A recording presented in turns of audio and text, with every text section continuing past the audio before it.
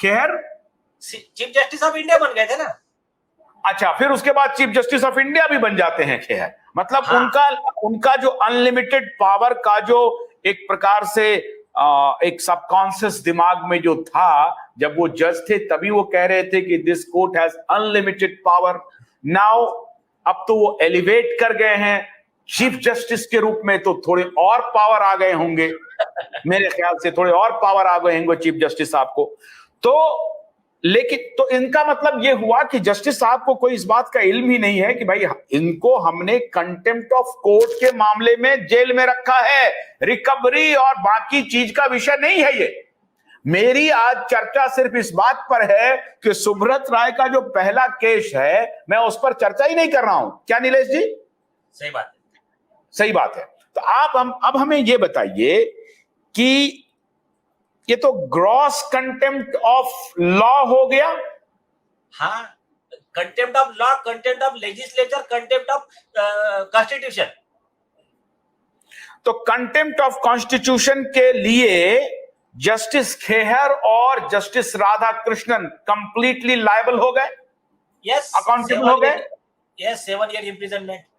So that way Subrat Roy Sahara can file a complaint against both the judges. Of course, and he should file. और एक बताता हूं मैं, इसमें तो जरूरी नहीं कि सुब्रत रॉय सहारा फाइल करे। सुप्रीम कोर्ट का 7 जज बेंच का, AR अंतुले का, बाद में 2001 का विनेश कुमार का, मनोहर लाल का जजमेंट है कि इस देश का कोई भी नागरिक जिसको ये लगे कि क्रिमिनल ऑफेंस हुआ है, वो जाकर एक केस फाइल कर सकता है कि ये 2 जज ने इस IPC के तहत ये गुनाह किया। और एक खुशी की बात बताता हूं मैं सबके लिए, अब ये रिटायर्ड हो चुके हैं, अभी तो किसी के परमिशन की भी जरूरत नहीं है। अभी तो मतलब अगर वो पोस्ट पे हो गए तो नॉर्मली प्रेसिडेंट ऑफ इंडिया से सैंक्शन लेना पड़ता है 197 ऑफ CRPC के तहत नॉर्मली। उसमें भी लॉ है कि अगर वो पार्ट ऑफ ऑफिशियल ड्यूटी नहीं है, जज डायस पे बैठ के गालियां देगा, कुछ ये करेगा, तो उसमें परमिशन की जरूरत भी नहीं है। तो अभी तो इन एनी केस किसी को भी उनके खिलाफ परमिशन की जरूरत नहीं है। कोई भी व्यक्ति दिल्ली के मजिस्ट्रेट कोर्ट में इन 2 जजेस के खिलाफ में केस फाइल कर सकता है, क्रिमिनल भी और इवन सिविल भी। तो क्या, अच्छा ये बताइए, तो क्या कारण रहा इतने बड़े बड़े वकील अपीयर हो रहे हैं? आज एक हमारे जो कपिल सिब्बल साहब हैं, वो इंसाफ के सिपाही नाम का प्लेटफॉर्म खड़ा कर रहे हैं और कपिल सिब्बल साहब इनके लिए अपीयर हो चुके हैं। Most prominent lawyer P Chidambaram साहब इनके लिए अपीयर हो चुके हैं। अभिषेक मनु सिंह भी अपीयर हो चुके हैं। वो विकास सिंह नए नए बने, वो भी अपीयर हो गए और बड़ा नाम हो गया माननीय विकास सिंह जी का, बड़े लॉयर हैं विकास सिंह जी, वो अपीयर हो गए। Name the luminary of Indian judicial ये, और वो सब लोग इनके केस के लिए अपीयर हुए। तो ये बेसिक बात उनके जहन में नीलेश जी नहीं गई कि भाई सुब्रत राय को कंटेम्प्ट ऑफ कोर्ट के तहत मैक्सिमम 6 महीने से ज्यादा नहीं रख सकते हैं। अभी आपको क्या बताओ, ठीक है, अभी उनके ख्याल में क्यों नहीं आया, या फिर देखो हर एक का अपना लड़ने का तरीका होता है। मैं आपको 2 चीजों से और एक क्लियर कर देता हूं। खुद JS खेर साहब चीफ जस्टिस ऑफ इंडिया बनने के बाद 7 जज का बेंच बैठा, 7 जज कॉन्स्टिट्यूशन बेंच, कंटेम्प्ट का केस चलाने के लिए। उसमें इन्होंने सबने खुद ने जजमेंट दिया कि कोई भी कंटेम्प्ट का प्रोसीडिंग है, कंटेम्प्ट ऑफ कोर्ट एक्ट के तहत ही चलना चाहिए।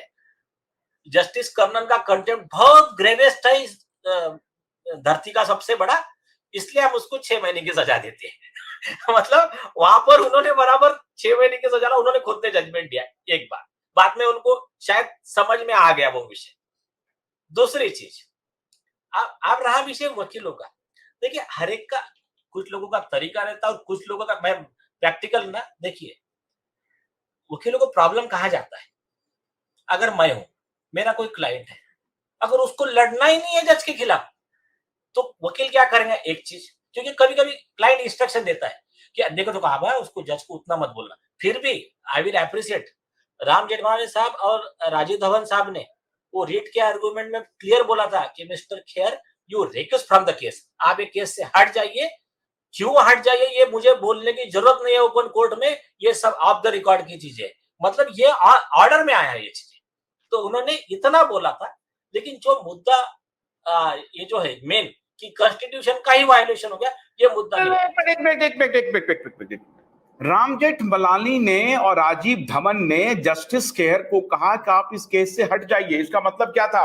उनको इशारा था कि आप अब बुरी तरह से फंस गए हैं जस्टिस खेर, क्योंकि कंटेम्प्ट ऑफ कोर्ट में आपने 6 महीने से ज्यादा उनको कोर्ट में जेल में रख रखा है, और अगर ये कंटेम्प्ट आपके खिलाफ हो गया, आपने कॉन्स्टिट्यूशन के खिलाफ कंटेम्प्ट कर दिया है, तो आप भी 7 साल के लिए जेल जा सकते हैं। नहीं, उन्होंने वैसा नहीं बोला था। उन्होंने क्या बोला था कि ये केस नहीं, मतलब ये था क्या? मैं यही तो जानना चाहता हूं, क्या ये मतलब था? नहीं, उनका मतलब क्या था कि ये केस में आपका कॉन्फ्लिक्ट ऑफ इंटरेस्ट है। तो कॉन्फ्लिक्ट ऑफ इंटरेस्ट जो है वो एग्जैक्ट उन्होंने उसमें लिखा नहीं है, लेकिन कॉन्फ्लिक्ट ऑफ इंटरेस्ट कुछ भी हो सकता है, करप्शन भी हो सकता है या कुछ भी हो सकता है। अगर आप इसको उस बात से जोड़े जो सिक्किम के ये थे अपने कलिखो पुल साहब, चीफ मिनिस्टर, जिन्होंने सुसाइड नोट में लिखा था कि जस्टिस खेर का बेटा मेरे पास में 77 करोड़ रुपए मांगने आया था, सुसाइड नोट में लिख दिया उन्होंने। तो ऐसा एग्जैक्ट क्या रीजन था ये हमको नहीं पता है। तो ये रीजन ऐसा कुछ भी हो सकता है कि आपका इससे इस केस में कॉन्फ्लिक्ट ऑफ इंटरेस्ट है, आपका बायस है, तो आप इस केस से रिक्यूज करो, उनका ये कहना था। ये कॉन्स्टिट्यूशन का वायलेशन वगैरह ये मुद्दा नहीं आया था। ठीक है, हम समझ गए, कोई बात नहीं है। तो वो कुछ ना कुछ और उलझी हुई बातें होंगी, हम उसे सुलझाने के लिए नहीं जा रहे। हमें तो सिर्फ ये सुलझाना है, कि क्या माननीय अदालत सर्वशक्तिमान है या माननीय अदालत जिम्मेदार है कानून के प्रति। अब मैं आपसे ये दूसरी बात पूछना चाह रहा हूं, सुब्रत रॉय सहारा क्या एक कमजोर इंसान थे? क्या उनके वकीलों ने उनको नहीं बताया कि साहब आपको जो मैक्सिमम पनिशमेंट है वो 6 महीने से ज्यादा हो गया है, आप इसको लेकर के कोर्ट में मूव कर सकते हैं? क्या वो डर गए कि भाई हम दूसरी चीज में फंसे हुए हैं, कोर्ट हमें और परेशान करेगा, आप इस मुद्दे को हटा दीजिए, चुप रहिए?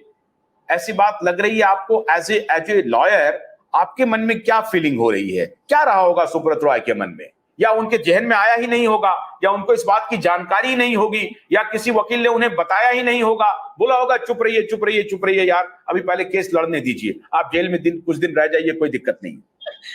नहीं, एक्चुअली उस पे आप कमेंट तो नहीं कर सकते, लेकिन चांसेस ज्यादा है कि उनको ये बात बताई नहीं गई कि आपका हर मिनट का डिटेंशन ये अनलॉफुल डिटेंशन है, आपको इसमें तुरंत छोड़ने का आदेश हो सकता है।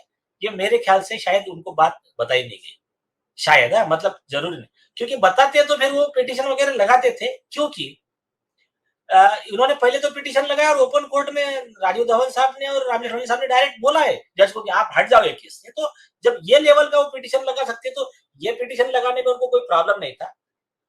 दूसरी चीज, डर गए या क्या हुआ ये तो बेहतर वो सुब्रत जी बता सकते कि क्या है। लेकिन इस केस से ना ये देश के हर नागरिक के लिए, और मैं आपके चैनल के माध्यम से माननीय महामहिम राष्ट्रपति से फोल्डेड हैंड से रिक्वेस्ट करना चाहता हूँ, क्योंकि द्रौपदी मुर्मू जी है ना, इतना इस मामले में बहुत कंसर्न है।